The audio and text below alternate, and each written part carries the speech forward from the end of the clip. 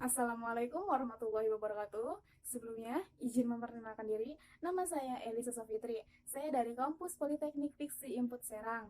Dan saya mengambil prodi D3 Manajemen Informatika, semester 2, kelas MI 20B. Tujuan saya membuat video ini adalah untuk memenuhi salah satu tugas UTS saya, yaitu Bahasa Indonesia, dengan dosen pengampu Ibu Yoma Hatimah, MPD. Dan saya di sini akan mengulas atau mengulang beberapa materi yang minggu lalu yang sudah saya dan teman-teman saya bahas di ruang kelas. Yaitu yang pertama, materi tentang keterampilan menulis di perguruan tinggi. Yang kedua, keterampilan membaca di perguruan tinggi. Yang ketiga, keterampilan menyimak di perguruan tinggi. Dan yang keempat, keterampilan berbicara di perguruan tinggi. Baiklah, materi yang pertama yaitu keterampilan menulis di perguruan tinggi. Keterampilan menulis merupakan suatu proses menuangkan gagasan, pikiran, pengalaman kepada lambang-lambang tulisan. Dan pada hakikatnya, tujuan menulis adalah perwujudan gagasan penulis dan disampaikan dengan bahasa tulis kepada pembaca, supaya dapat dimengerti secara jelas, menggambarkan suatu buah pikiran secara dalam untuk pembaca. Dan keterampilan menulis juga memiliki beberapa manfaat. Yang pertama, penulis dapat mengenali potensi diri. Yang kedua, penulis dapat berlatih mengembangkan berbagai gagasan. Yang ketiga, menulis akan mendorong pembaca untuk terus belajar secara aktif. Dan yang keempat, menulis akan membiasakan berpikir serta berbahasa secara tertib. Baik, materi yang selanjutnya yaitu keterampilan membaca di perguruan tinggi. Membaca merupakan salah satu dari keempat keterampilan berbahasa yang diajarkan dalam pembelajaran bahasa dengan kemampuan menyimak yang dipergunakan untuk mengukur kemampuan bahasa lisan. Sedangkan keterampilan membaca adalah kemampuan mengenali dan memahami sesuatu yang tertulis atau lambang-lambang tulisan dengan melafalkan atau mencernanya di dalam hati. Membaca juga dibagi menjadi dua. Yang pertama, membaca nyaring, dan yang kedua, membaca senyap atau membaca dalam hati. Apa sih membaca nyaring itu? Membaca nyaring adalah kegiatan membaca dengan menyuarakan tulisan yang dibacanya dengan ucapan dan intonasi yang tepat agar pendengar dan pembaca dapat menangkap informasi yang disampaikan oleh penulis, baik berupa pikiran, perasaan, ataupun sikap. Tujuan membaca nyaring yaitu seseorang mampu mempergunakan ucapan yang tepat, membaca dengan jelas dan tidak terbata-bata, membaca dengan menggunakan intonasi yang tepat dan jelas. Yang kedua, membaca senyap atau membaca dalam hati adalah membaca tidak bersuara, tanpa gerakan bibir, tanpa gerakan kepala, tanpa berisik, memahami bahan bacaan yang dibaca secara diam atau dalam hati.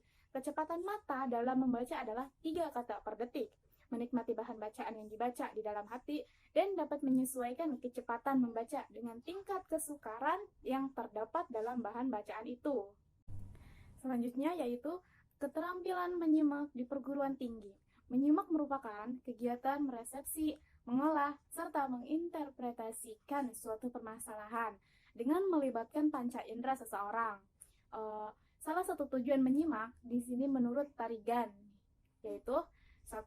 Menyimak untuk belajar, 2. Menyimak untuk menikmati keindahan audial, yang ketiga, menyimak untuk mengevaluasi, yang keempat, menyimak untuk materi simakan, yang kelima, menyimak untuk mengkomunikasikan ide-ide, yang keenam, menyimak untuk membedakan bunyi-bunyi, yang ketujuh, menyimak untuk memecahkan masalah, dan yang kedelapan, menyimak untuk meyakinkan isi materi.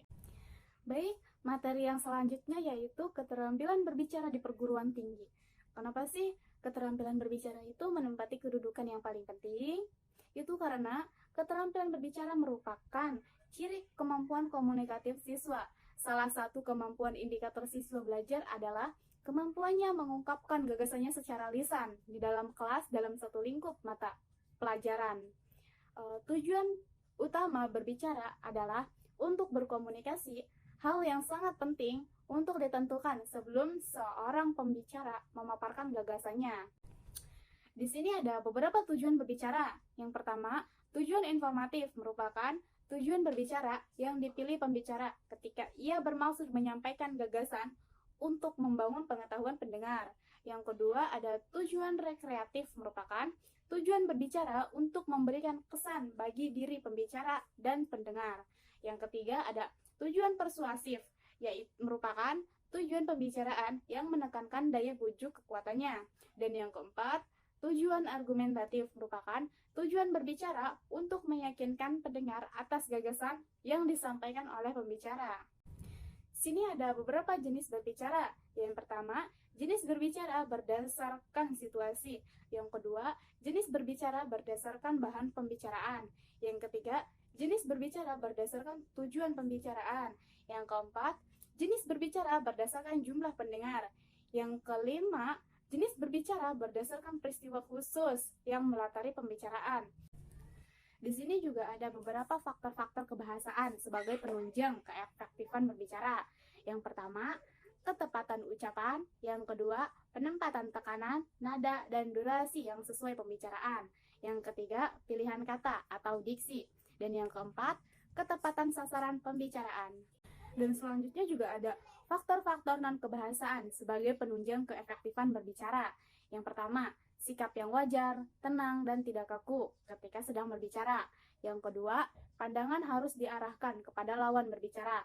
Yang ketiga, kesediaan menghargai pendapat orang lain. Yang keempat, kenyaringan suara yang sangat menentukan berbicara. Mungkin itu saja yang dapat saya sampaikan, kurang lebihnya mohon maaf. Wassalamualaikum warahmatullahi wabarakatuh.